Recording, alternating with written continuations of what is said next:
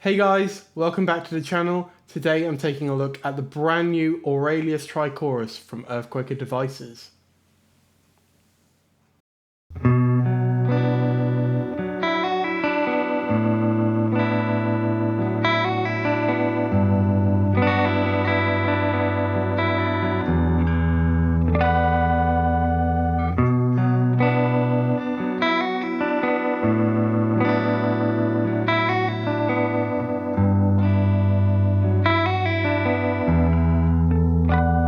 Inspired by the classic Boss CE1, the Aurelius can provide sounds ranging from a sweet chorus through to vibrato and also rotary effects. Before we go any further, please do take a moment to like the video and subscribe to the channel, and with that out the way, let's get on with the video. I recently reviewed the Boss VB2W Wazacraft vibrato pedal. You can check that video up in the cards up here. In that video, I said it was my favourite modulation pedal. So what gives? Have I switched to the Aurelius? Let's find out and talk about some features and sounds. So the Aurelius has 3 modes, and we'll start with the mode on the far left, the Vibrato mode. With the selector switch all the way over to the left on the Vibrato mode, the Aurelius is actually much more of a kind of traditional chorus pedal. And with the balance knob turned all the way up, you pull out the dry signal and that gives you the vibrato effect.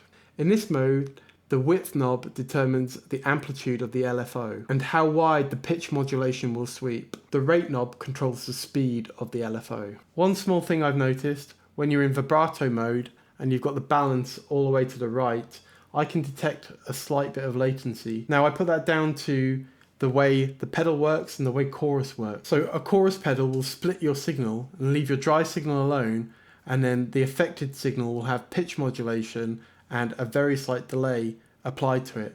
And I think it's the delay that I'm detecting. So when the dry signal is completely removed, I'm only getting that ever so slightly delayed and pitch modulated signal, and that's why I can detect a bit of latency. I don't think it's a big issue, it's just something you should be aware of. I didn't notice that so much on the Boss VB2W. I would say so far, vibrato mode is my favourite mode.